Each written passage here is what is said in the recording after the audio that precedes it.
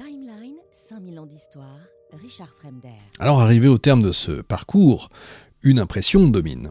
Rien dans cette histoire n'est simple. Et surtout, rien ne peut être réduit à un récit unique. C'est justement ce qui a fait la force du travail que j'ai pu faire, à essayer de regarder un petit peu et à lire tous les historiens les plus honnêtes possibles, ce qui n'est pas facile. Montrer que la question palestinienne ne naît pas d'un seul événement, d'un seul responsable ou d'une seule idéologie. Elle résulte d'un empilement progressif de dynamiques historiques qui, à force de se superposer, finissent par rendre le conflit presque structurel. Et c'est là que je dois revenir à notre problématique de départ. La question palestinienne était-elle inévitable ou bien a-t-elle été fabriquée progressivement par les décisions politiques, religieuses et impériales du XIXe siècle ? La réponse est subtile. Non, le conflit n'était pas mécaniquement inscrit dans l'histoire depuis l'Antiquité. Mais oui, les conditions historiques de son explosion ont été progressivement construites par les hommes. C'est ce que montre tout le XIXe siècle.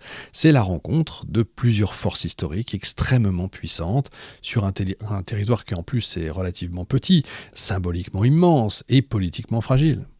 La première de ces forces, c'est évidemment le déclin de l'Empire ottoman. Pendant des siècles, l'Empire avait maintenu tant bien que mal un équilibre assez complexe entre les populations, les religions et les territoires. Cet équilibre n'était ni égalitaire, ni pacifique, au sens moderne du terme, mais il permettait une coexistence relative dans un cadre impérial commun, qui, bon an, mal an, tout ça mis sous le tapis, ça fonctionnait. Or, au XIXe siècle, je synthétise, sinon l'émission ferait 3 jours.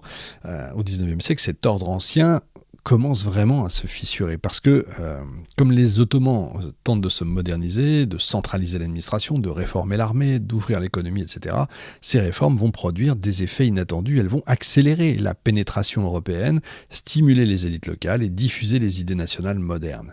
Et donc, en cherchant à sauver l'Empire, les Tanzimat contribuent paradoxalement à fragiliser encore davantage les anciens équilibres impériaux. La deuxième grande force, c'est historique, c'est précisément l'expansion européenne. La Palestine qui devient progressivement un objet international. Les Européens projettent leurs rêves religieux, leurs ambitions impériales, les rivalités diplomatiques. En gros, ils vont essayer de comment je pourrais dire ça, de rejeter au loin leurs problématiques. C'est-à-dire, plus ça se passe loin, mieux c'est. Et ça se passe pas chez nous, c'est-à-dire qu'ils ont essayé de retarder un peu les choses, loin des yeux, loin du cœur. Mais c'est pas comme ça que ça se passe. Jérusalem va cesser peu à peu d'être une ville provinciale ottomane et va devenir une scène mondiale. Alors les puissances européennes vont essayer de protéger les lieux saints. Je reviens pas dessus. C'est ce que je vous ai raconté jusqu'ici. En tout cas, il faut refuser les simplifications. Le sionisme n'est pas présenté comme un simple projet colonial artificiel. Ce serait historiquement faux. Encore une fois, il naît d'une stratégie européenne bien réelle, c'est-à-dire face à l'antisémitisme moderne. Vous avez des millions de juifs européens qui vivent dans l'insécurité, il faut le rappeler, les discriminations, la violence des pogroms, etc. Et beaucoup comprennent progressivement que l'émancipation ne suffira peut-être pas à garantir leur sécurité. Mais ce projet se développe dans un contexte intellectuel profondément marqué par le colonialisme européen de ce XIXe siècle. Et c'est toute l'ambiguïté originelle en fait.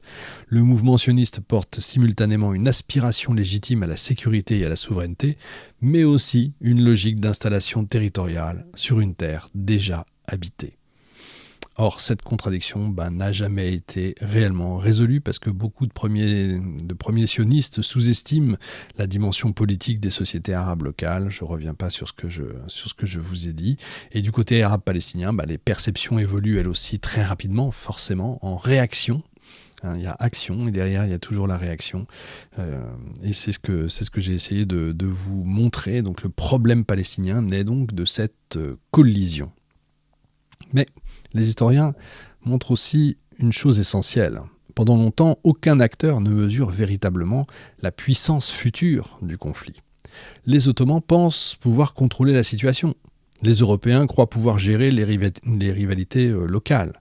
Les sionistes imaginent souvent une coexistence possible et les élites arabes palestiniennes sous-estiment parfois encore l'ampleur du projet sioniste. Et personne ne voit clairement ce qui se prépare. Et pourtant, Tous les éléments fondamentaux sont désormais en place avant même la Première Guerre mondiale. Internationalisation de Jérusalem.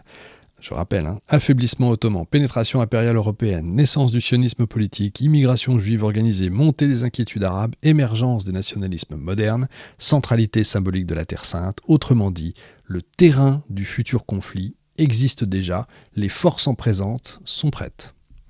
La Première Guerre mondiale, et puis le mandat britannique, la déclaration Balfour, les affrontements des années 1920-1930, la création d'Israël et les guerres ultérieures ne feront finalement qu'accélérer et cristalliser des dynamiques qui étaient déjà présentes. Et c'est peut-être ça le plus vertigineux dans cette première émission, comprendre que le conflit israélo-palestinien ne surgit pas brutalement comme ça au XXe siècle, il plonge vraiment ses racines dans tout un siècle de transformation lente, souvent invisible au départ. Une accumulation de décisions, de croyances, de peurs, de projets nationaux et d'ambitions impériales. Au fond, la Palestine devient progressivement bien plus qu'un territoire. Elle devient un miroir, en fait, des grandes tensions du monde moderne. Le nationalisme, le colonialisme, la religion, les mémoires blessées, la souveraineté, l'identité, la question des minorités, la difficulté tragique de faire coexister plusieurs récits historiques sur une même terre.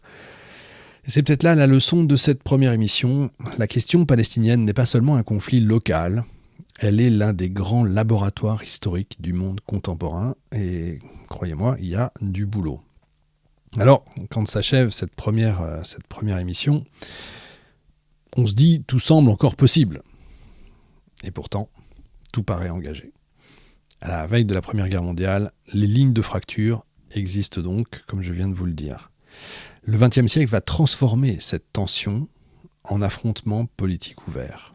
La Grande Guerre va faire exploser l'ordre ancien, l'Empire ottoman va disparaître, les Britanniques vont prendre le contrôle de la Palestine, la déclaration Balfour, j'y reviendrai évidemment, va promettre un foyer national juif tout en garantissant théoriquement les droits des populations arabes déjà présentes, et surtout, une idée nouvelle va s'imposer au cœur du Proche-Orient, celle d'une mission sacrée de civilisation portée par le système des mandats de la Société des Nations. C'est ce que nous verrons dans l'épisode 2, une mission sacrée de civilisation. On entrera dans une période décisive du mandat britannique, des grandes révoltes arabes, de l'immigration juive massive, des ambiguïtés britanniques, de la montée des violences, des affrontements autour des lieux saints, etc., etc. Parce que après le temps des imaginaires, des projets et des constructions idéologiques, va venir maintenant celui des réalités politiques, du terrain, des institutions, des armes et des ruptures irréversibles. Et peut-être une nouvelle question qui va apparaître, les Britanniques ont-ils tenté de résoudre la question palestinienne ou ont-ils au contraire contribué à rendre le conflit insoluble ? C'est ce que nous verrons dans l'épisode 2. Pour les abonnés premium, on se retrouve dans un instant avec le bonus. Pour les autres, on se retrouve dans une semaine. Et surtout, n'oubliez pas, on se retrouve toutes les semaines, tous les mercredis matins de 8h10 à 10h10 dans la matinale en direct. Salut. Timeline, 5000 ans d'histoire, Richard Fremder.